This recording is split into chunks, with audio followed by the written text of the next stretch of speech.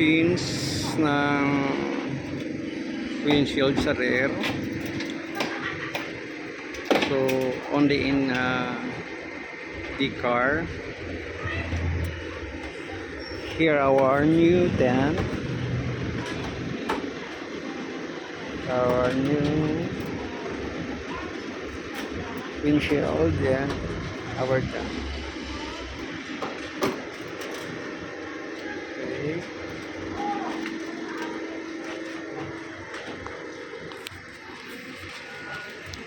Ang may gusto magpa-change ng crystal, nasa Decar lang.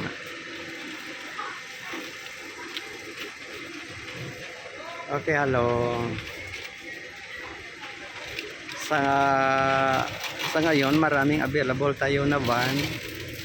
2, then ito, then ito. At saka yung iba nasa plaza.